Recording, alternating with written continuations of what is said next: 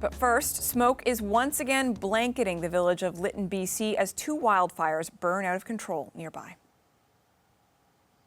The village just ended a local state of emergency only 2 months ago. It had been in place for almost 2 years following the devastating wildfires that tore through the village. Now they're facing an evacuation alert. Denise O'Connor is the mayor of Lytton. Thank you so much for making time for us. Can you start by just explaining what is happening right now in the community in terms of the threat from fire? Yeah, well, we have fires to the north and south of the village here. So about, I think it's about 10 to 15 miles north of us is the Stein fire, and about another 10 miles south of us is the Kukupee fire. So we're kind of in the middle of between fires right now. That sounds like really challenging circumstances, obviously. How are people in the community dealing with that news and this evacuation alert? Yeah, so we are on alert only.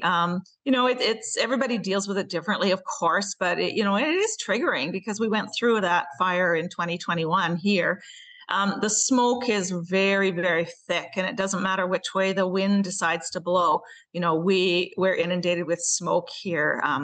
This morning is a little tiny bit clearer, but it's still, you can hardly see the hills across from us. And it does hurt the eyes and all that sort of thing. We've seen that for quite a few days now since the fire started. If I understand correctly, it's only about 2 months now that the state of emergency has been lifted, that Lytton was in a state of emergency for 2 years. Is that right? That's right. Yeah, the local state of local emergency was put on right after the 2021 fire, of course, and it was just removed, a couple of months ago.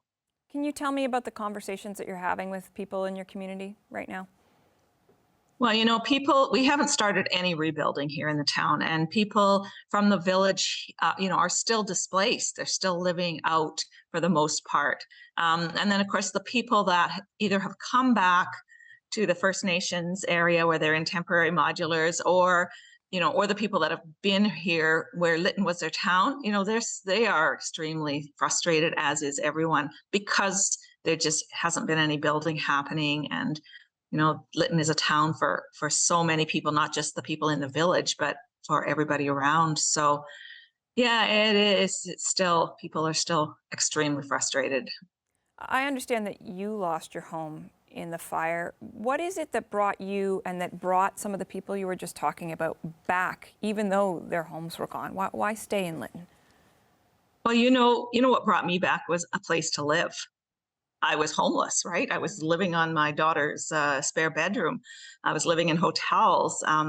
And because I grew up here in Lytton, the home that I grew up in is above the highway. There's still 30 or 40 homes above the highway that were not affected by the 21 fire. And one of those homes is still in my family, and it became available. And my siblings said, do you want it? And I needed a place to stay. So that's what brought me back to Lytton. I needed a roof over my head wherever I could find it. Do you think with situations like this that we see, and again, appreciating that it is just an evacuation alert at this point, do you think, though, that this bringing back the memories of what happened in 2021, will it make some people question the decision to remain in Lytton? I think by now people have made that decision. There's lots of people that Lytton is the only home, well, and I'm one of them too, that the only home we've ever known. Where would we go, right? We know we live in a dry, desert-like climate here, and it's always hot in the summer, and there's always been forest fires all around us, over the years. But I think the people that will be coming back and want to come back, will be a lot more aware of, fire and fire smart, and of course how it does affect individual lives. And yeah. Nobody wants to see the name of their community in the news for something negative, but of course that has been the source of so much attention. And I wonder, it's what you've known. You've lived your whole life there. Can you tell us a bit about the positive side of Lytton, what makes it a special place to live? Yeah, Lytton is an extremely beautiful place with the mountains and the rivers. And it is small, and the village itself was a very walkable, small village. We always had compliments on what a cute little place it was and how safe everybody felt when they're here.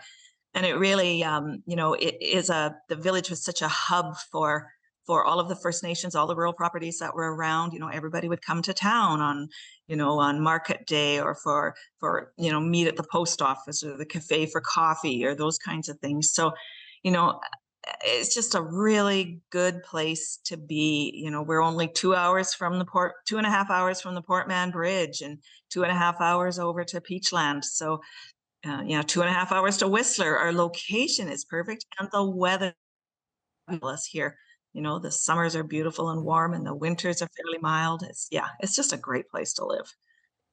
You talked earlier about rebuilding, or rather the struggle to rebuild. A lot of communities in Canada are talking about rebuilding right now. I mean, obviously, that is part of the conversation in the southern interior of BC, but other places in the province that were affected by flooding, all the way over on the other side of the country, folks who were affected by Hurricane Fiona. You have this kind of lived experience that a lot of these people are only at the beginning of. What advice do you have for other folks about the rebuilding process, the most important thing to know?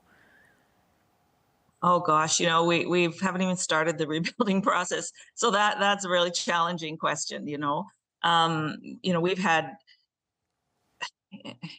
I don't know how to answer that question, to be honest. It sounds like you're saying that it doesn't happen quickly. I mean, that certainly sounds like. Well, it doesn't happen quickly, and I just would hope that what happened to us does not happen to others. We took it was a full year before any debris was even removed from our community. I hope that would never happen anywhere else.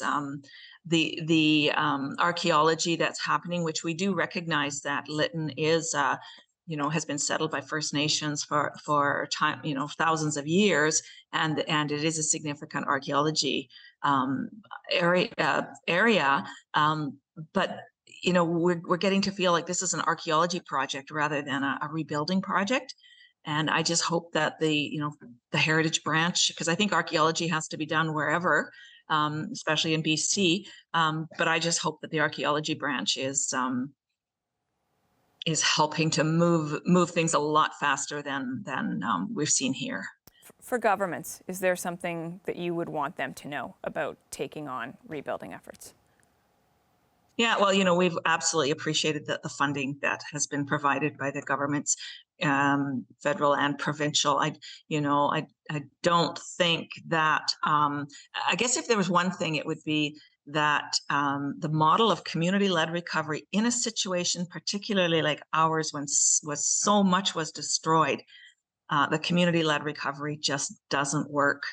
I think they have to really look at a different model for that.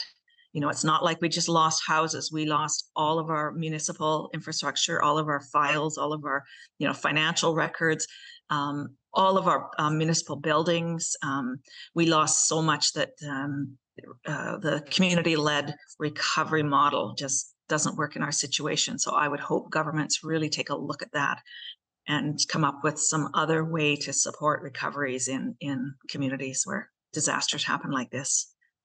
Mayor O'Connor, you have been through so much. The people in your community have been through so much. We wish you all the best at this moment. Thank you for your time. Thank you very much.